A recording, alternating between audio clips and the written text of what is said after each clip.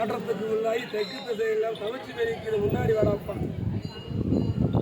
எப்பா வந்துட்டா எனக்கு ஐயா தீர்மானம் இறக்கல கட்டுமனையே விட்டி வச்சு பெற்ற பிள்ளைய நிறுத்தி வச்சு இன்னைக்கு எந்த பிள்ளை இன்னைக்கு அதிகாரம் இல்லாம இன்னைக்கு மண்ணு மனையிலே முறைபாடு வச்சு இன்னைக்கு போட்டி போட்டு பங்கு விரிச்சு என் வாழ்வாதாரத்தை சீர்கிட்டு இன்னைக்கு நிறைய வச்சுட்டாங்க.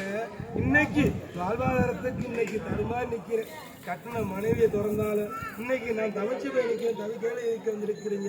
என் உடல்ல உசுறு இருக்கிற வரைக்கும் இந்த உயிர் இன்னைக்கு பரநிலையில போட்டு நிற்கணும்னு கேட்க வந்திருக்கேன். ஆண்டவத்தை அத்தானப்பா கேட்டு வந்திருக்கிறேன்.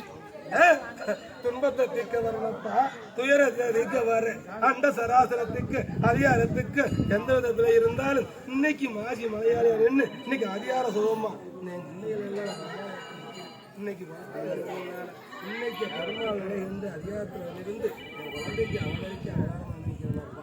என் மண்ணை மிதிச்ச அத்தனை குழந்தைக்கு என்னுடைய ஆசீர்வாதம் வாங்கி நிற்கிறேன். கவலைப்படாதப்பா, ஒரு ராமாயணத்தை நிற்கிறேன். பெற்ற பிள்ளை ஒன்று தனிஞ்சு நிற்கிது, தடுமாறி போய் நிற்கிது, தடமுறை நிற்கிது.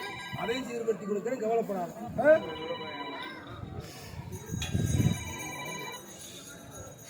அப்பா.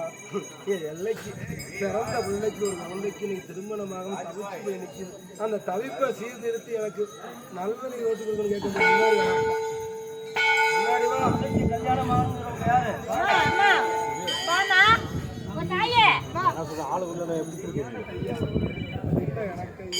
கல்யாணம் எனக்கு அதிகாரம் கேட்க வந்திருக்கீங்க. அந்த அதிகாரத்துல என் மண்ணு முறையில் இன்னைக்கு குற்ற முறையில் வந்து நிற்கிறது.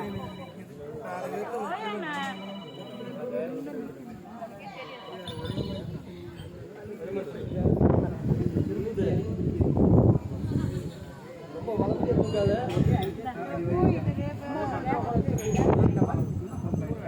அதாவது சாமியை தூக்கி சொன்னதுல வந்து எல்லாருக்கும் பிரார்த்தனை